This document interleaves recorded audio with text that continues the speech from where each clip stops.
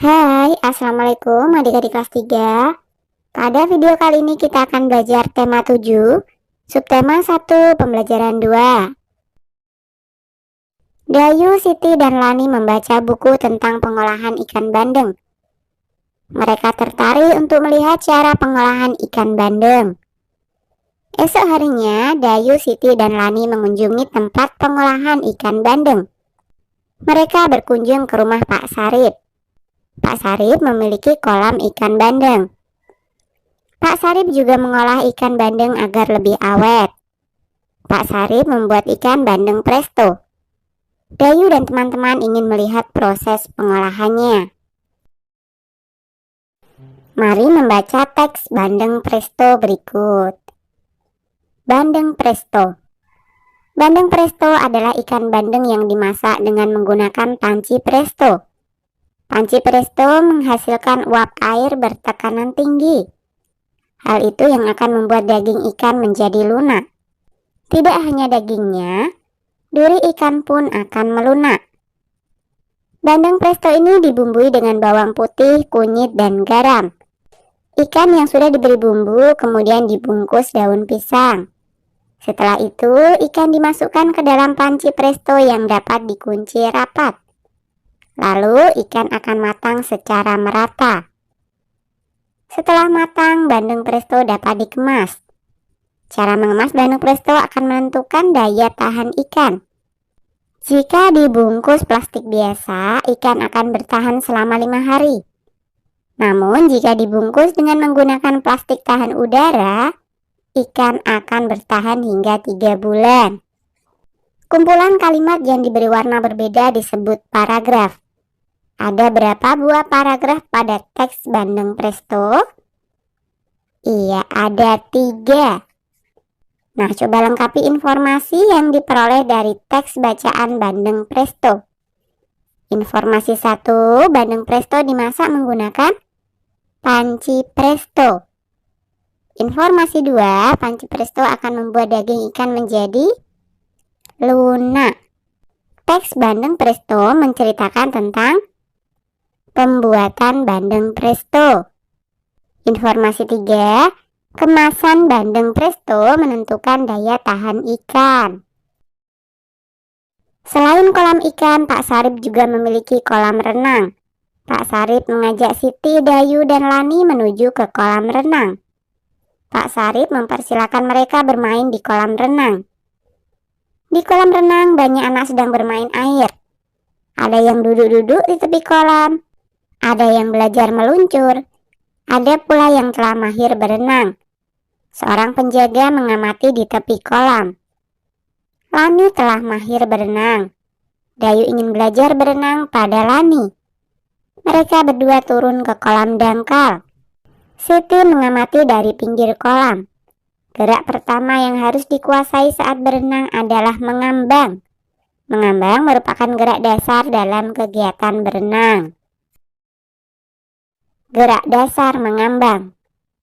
Saat berenang, perhatikan keselamatan diri dan orang lain.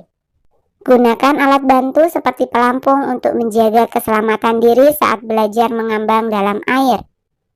Pelampung adalah alat bantu untuk menjaga tubuh tetap mengambang saat berenang. Amati berbagai alat pelampung berikut.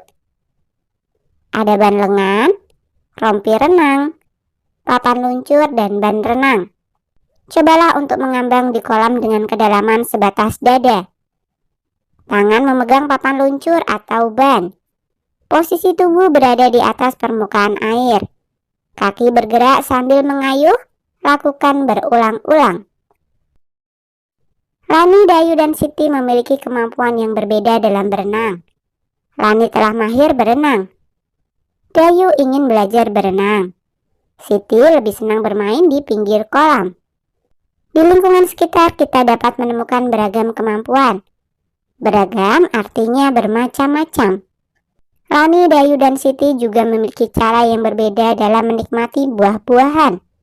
Misalnya, Siti menikmati buah-buahan ketika minum susu rasa stroberi. Dayu menikmati bolu pisang. Lani lebih suka makan buah apel. Semua suka buah-buahan. Namun mereka menikmati buah dengan cara yang berbeda-beda.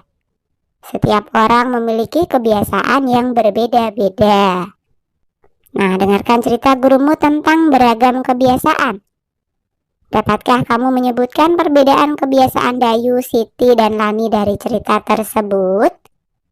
Lani, Dayu, dan Siti juga memiliki cara yang berbeda dalam menikmati buah-buahan. Kebiasaan yang berbeda merupakan bagian dari keberagaman. Dayu, Siti, dan Lani sedang menikmati makanannya.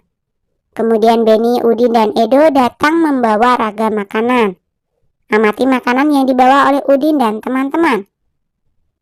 Bolu pisang dan susu rasa stroberi merupakan makanan hasil pengolahan teknologi pangan. Tulislah daftar makanan hasil teknologi pangan berdasarkan gambar di atas. Yang pertama adalah ayam goreng, 2 sosis, 3 manisan buah-buahan, 4 daging kornet, 5 roti tawar, dan yang keenam adalah susu. Makanan apa yang paling kamu sukai? Misalkan saja susu instan. Nah, sekarang tanyakanlah makanan kesukaan teman atau gurumu. Wawancarai 3 orang teman dan 2 orang guru untuk mengetahui makanan kesukaan mereka. Nah, setelah melakukan wawancara pada teman dan gurumu, tuliskan hasilnya pada tabel di bawah ini. 1. Udin. Jenis makanan yang disukai adalah mie instan. 2. Edo. Jenis makanan yang disukai adalah bakso. 3. Lani.